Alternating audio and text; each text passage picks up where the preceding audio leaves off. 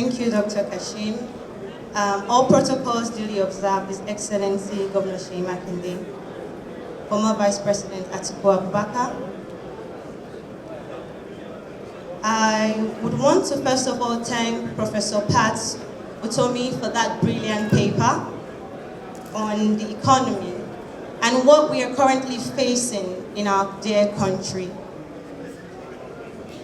He made a very, very strong statement when he said, the voice of the people is the voice of God. The voice of the people is also the voice of power.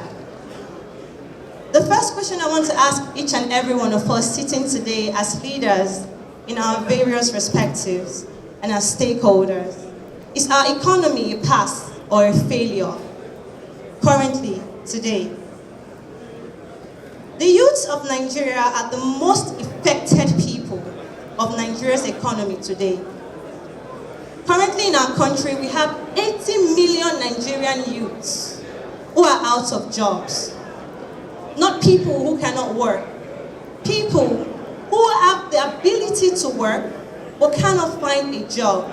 80 million Nigerian youths. In recent years, more youths have been impoverished in Nigeria than in any other country of the world.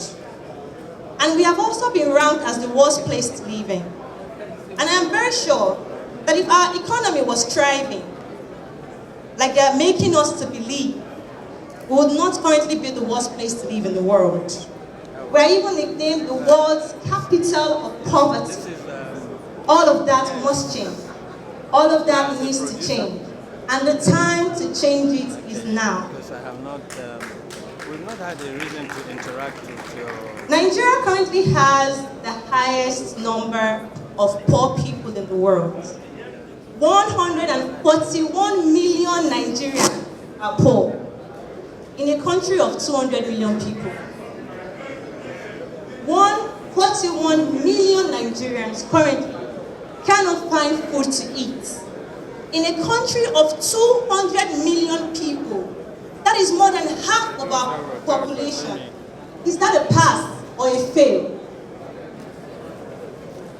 In 2022, before the coming of this government, our GDP stood at $477 billion. By 2025, they came with a new word. They said they are rebasing. These are the same people. Before they came to power, they asked us one question. Now statistics we will talk. Today our economics is so bad. Every day what they do now is dish out statistics. We are all now eating statistics. In 2025, currently, our GDP has fallen to $285 billion. Even after the rebasing, that is a 40% decrease in just 2 years. So what exactly is this government doing with our economy? And the people who face this the most, every single day of their lives, are the Nigerian youths.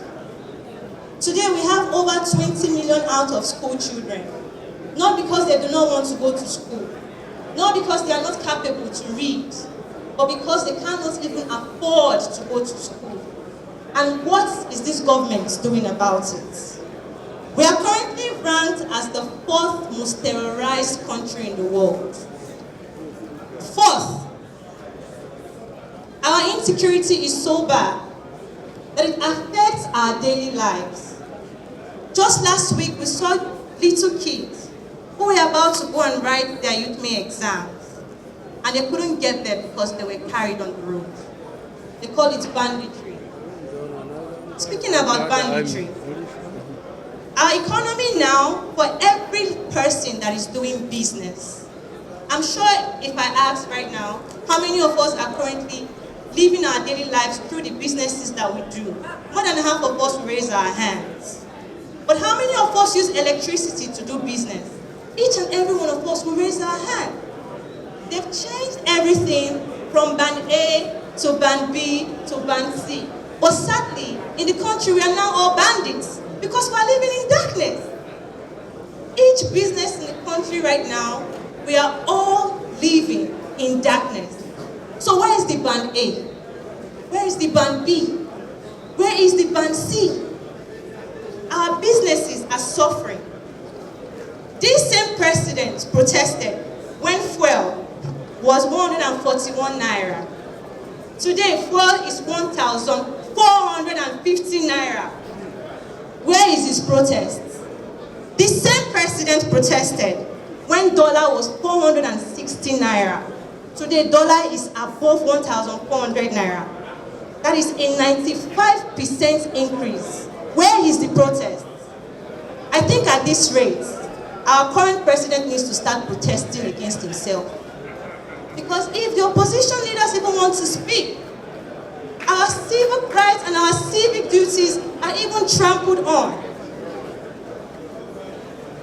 Our investment currently in the country is even very terrible. So we want each and every one of us as leaders to come together to ensure that the Nigerian youth get things right. To ensure that the Nigerian youth have a country that works, a country that functions, a country where people can afford food, where the economy can thrive, where people can go to school, where our economy can stand.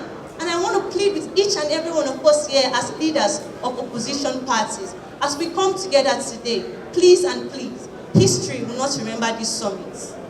No. History will remember the outcomes that will come out from this summit. Let it be our decision today would be to come out together, stronger than ever, not just to save me or to save yourself, but for your children, for us, for our future. Because we need to get on the same train, on a train to move Nigeria forward. So I have this last request to our current president. We are all, as opposition leaders, on a moving train to make Nigeria better. And he has just two options, only two. It's either he resigns and joins this moving train, or he gets out of our way. Thank you.